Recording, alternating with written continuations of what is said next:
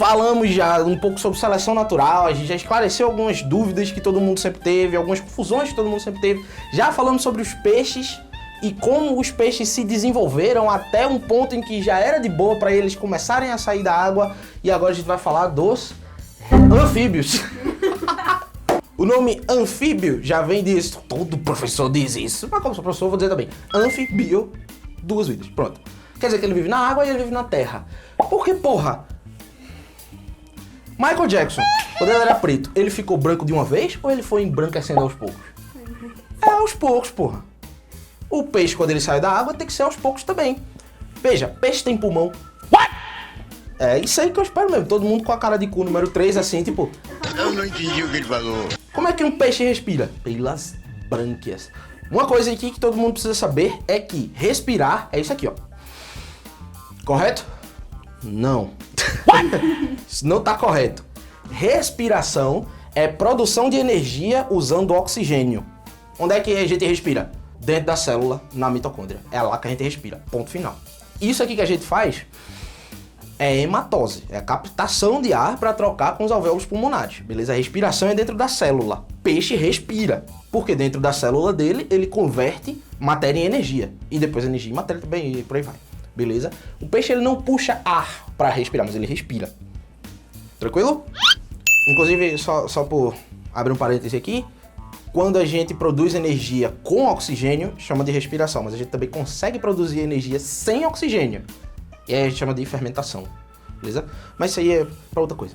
Voltando, o peixe ele não tem pulmão, ele tem um pneumoduto, isso aí é quando a gente for mais especificamente nos sistemas, a gente está falando aqui da seleção natural e evolução dos seres. Mas a gente vai ter multi-aula, e isso é interessante pra caralho, da seleção natural e evolução dos sistemas. Como é que os sistemas circulatórios evoluíram, sistemas digestórios evoluíram, sistemas respiratórios evoluíram. Vai ser do caralho. E no dos peixes a gente vai falar sobre isso. Mas por enquanto, eu quero que você entenda que o peixe ele não tem pulmão, por assim dizer. Não é pulmão. Répteis têm pulmão? Tem. Tem. Peixe tem coração? Tem. É um coração de merda fudido pra cacete, que puxa sangue de um lado e joga pro outro, ou seja, um átrio e um ventrículo, mas tem. Réptil tem coração com 4 cavidades. Ele não é tão bem desenvolvido quanto dos mamíferos e das aves, mas tem lá 2 átrios, 2 ventrículos, tudinho bem definidinho, bem bonitinho. Você entende que pra você sair de não tenho pulmão pra tenho pulmão, de meu coração é muito bosta pra ter um coração com 4 cavidades, você tem que ter um estágio intermediário. Anfíbios. A evolução dos peixes para os répteis passa pelos anfíbios. E o anfíbio é justamente isso, é a ponte. Você entendendo que o anfíbio é a ponte da saída do mar para viver bem na terra, do pulmão fudido pro pulmão bom, do coração fudido pro coração bom, aliás, da ausência do pulmão pro pulmão bom, aí você entende tudo sobre os anfíbios. Eu vi um exemplo? Anfíbios. A gente tem 3 tipos, basicamente guiados pela cauda. Você tem aí o dicionário da ciência de novo, ele chegando aí. Uro. Uro quer dizer cauda. Então você tem os anfíbios anuro. O que é um anfíbio anuro? Sem cauda. Sem cauda. Alguém pode me dar um exemplo de um anfíbio anuro? Sapo. Sapo tem cauda? Só quando é girino.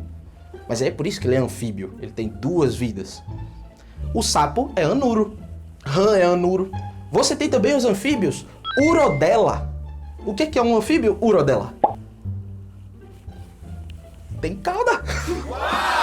Muito simples. Alguém pode me dar um exemplo de um anfíbio com cauda? Salamandra. A salamandra é um anfíbio que tem cauda. Então ela é um urodela. É muito fácil você olhar para um sapo, para uma rã e dizer que ela não tem cauda. É muito fácil você olhar para uma salamandra e dizer que ela tem cauda. Agora olhe para uma cobra cega. Isso aí, é cobra cega. Aquela que a turma chama de cobra de vidro e tudo mais. É uma porra de é anfíbio. Cobras são répteis. Mas isso aqui é escritinho uma cobra, só que é anfíbio. Tem cauda ou não tem cauda? Eu posso olhar pra ela e dizer que isso tudinho é uma cauda. Mas eu posso olhar e dizer que é o corpo dela também. E agora? Se a gente não pode dizer com certeza que isso é o corpo dela, ou que é a cauda dela, porque se a gente disser é urodela, a gente tá dizendo que ela tem uma cabeça e o resto é cauda. Cabeça e cauda. Se a gente não quiser dizer isso, a gente está dizendo que isso aí é o corpo dela e que ela não tem cauda. Aí, para facilitar, a gente chamou ela de ápode. O que é ápode? A, no dicionário da ciência, quer dizer negação. E podos? Pé. Ápode não tem pé. Se não tem pé, foda-se se tem cauda ou se não tem cauda. Aí a gente não sabe dizer. Então é assim, urodela, anuro e ápodes. As ápodes, que eu me lembro, só tem essa porra, essa cobra de vidro mesmo. Beleza aqui? Ok. O que é que define, então, um anfíbio? Isso aí a gente vai ver quando a gente estiver vendo répteis. Mas é pra você saber que ele não é nem peixe nem réptil. Peixe é molhado ou é seco? E réptil? E anfíbio? Na verdade, eu era aluno, eu tive muita dificuldade de saber identificar se alguma coisa era réptil ou anfíbio. Então, rato, me faz um favor, coloca aí a salamandra de novo. Agora coloca uma lagartixa e um jacaré. Os três são quase a mesma merda, porra. A diferença é que a lagartixa e o jacaré têm a pele áspera, dura e seca. Enquanto que a salamandra tem a pele molhadinha. Por quê? Porque o pulmão de um anfíbio, ele não é tão bem desenvolvido. Se ele não é tão bem desenvolvido, e o próprio coração dele também não é tão bem desenvolvido, fica fácil ou difícil de mandar nutrientes para as extremidades do corpo? Difícil. Por que eu consigo mandar sangue para a ponta do meu dedo? Minha circulação é ok, meu coração, apesar de estar cheio de gordura, é ok, meu pulmão é filé. Então eu tenho dutos sanguíneos, veias e artérias que chegam na ponta do meu dedo. Então é tranquilo. Um anfíbio tem? Não. E aí isso causa duas coisas. Primeiro de tudo, eles são pequenos, porque se ele for muito grande, fica difícil, né, de sustentar o próprio metabolismo. Então eles são relativamente pequenos. E a segunda coisa é respiração cutânea, que é aquela pela pele. Se tem um negócio que eu aprendi durante toda a minha vida, é que a periferia, ela dá um jeito de se virar.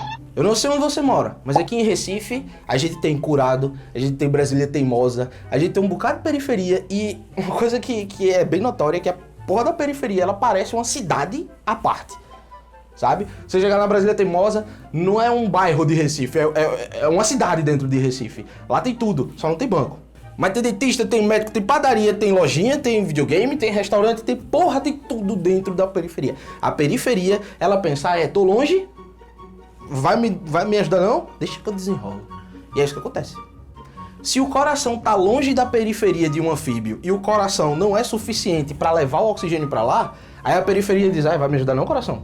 Eu desenrolo. E a pele de um anfíbio, ela se desenvolveu favorecendo aqueles que conseguiam captar oxigênio direto da atmosfera.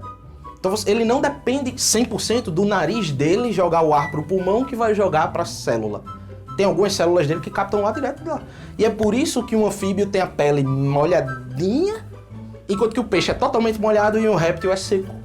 Deu para entender? Beleza. Aí uma coisa que é interessante você lembrar dos anfíbios são os 5 P's. Primeiro P de paratoide, que é a glândula que produz veneno.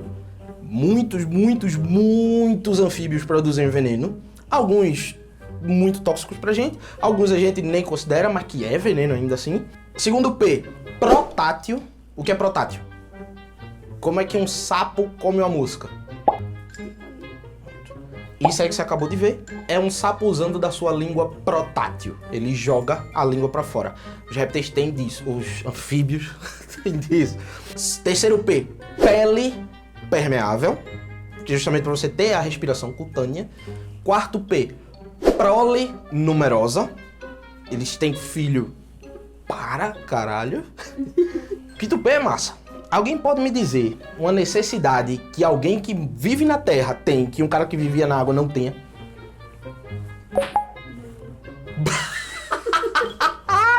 Falou banheiro. Não. Quer dizer, sim. Pálpebra. Fica aí. Os peixes saíram da água e eles perderam tudo aquilo que a água provia para eles de graça, naturalmente. E aí eles tiveram que desenvolver isso. Como no caso, a água dava a eles muitas coisas, dava aos peixes muitas coisas. Como, por exemplo, digo o quê? Trazia nutrientes, mas a vida toda? O peixe não vive bebendo água. O peixe respirava pela água. Inclusive, uma coisa que não foi mencionada antes, mas vai ser mencionada agora, é que os peixes eles criaram um opérculo. Opérculo é, se você olhar a foto de um tubarão, dá-lhe rato, tubarão, o brânquio dele, as guelras dele, estavam amostras. Amostras, pra se fuder, né? Estavam à mostra, beleza? Já num peixe ósseo, não. Ele tem uma tampa, que a gente chama de opérculo. Isso é a tampa da guelra dele. Quando o pescador puxa um peixe ósseo, ele levanta pelo opérculo, beleza?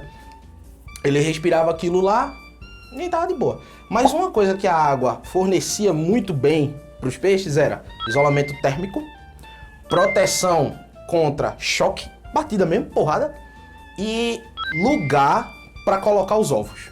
Essas três coisas que eu falei são extremamente muito mais importantes quando você é ovo. Quando você vai botar o ovo, quando você é bebezinho. Faz sentido? Então a porra do anfíbio, enquanto adulto, ele talvez não precise tanto daquela proteção contra choques, porque ele vai se desenvolvendo, ele começa a ficar rápido e tudo mais. Se a circulação dele é melhor, ele começa a dar sprints mais rápidos. Mais rápidos? O que tá acontecendo comigo hoje? Eu juro que eu sou melhor do que isso. Mas quando ele é ovo, primeiro ele se preocupa, primeiro a seleção natural se preocupa em desenvolver o ser vivo, o ser produtivo. Depois os ovos e as outras porra tudinho, certo? E aí o que acontece? O peixe bota o ovo na água e vive na água. O anfíbio bota o ovo na água e vive na terra. E o réptil bota o ovo Na terra. Essa é a diferença principal. Onde você coloca o ovo. Isso aqui é um ovo de peixe. Isso é um ovo de anfíbio. E isso é um ovo de réptil. Qual foi o principal salto evolutivo do anfíbio para o réptil? Sabe todas aquelas coisas que a água dava para os peixes, que precisou continuar dando para os anfíbios? O réptil desenvolveu de colocar toda dentro de um ovo com casca. E aí entra âmnio, entra todas aquelas porra lá que eu não vou entrar em detalhes e tudo mais, mas tá tudo ali dentro do ovo. O ovo ele tem nutrientes, mas quando o ovo tem casca, ele consegue deixar a água lá dentro. Então ele regula a temperatura do feto, ele protege o feto contra choques. Para um feto se desenvolver, precisa de água. Aí o peixe colocava o ovo dentro d'água, o anfíbio continuou colocando o ovo dentro d'água e o réptil disse, quer saber?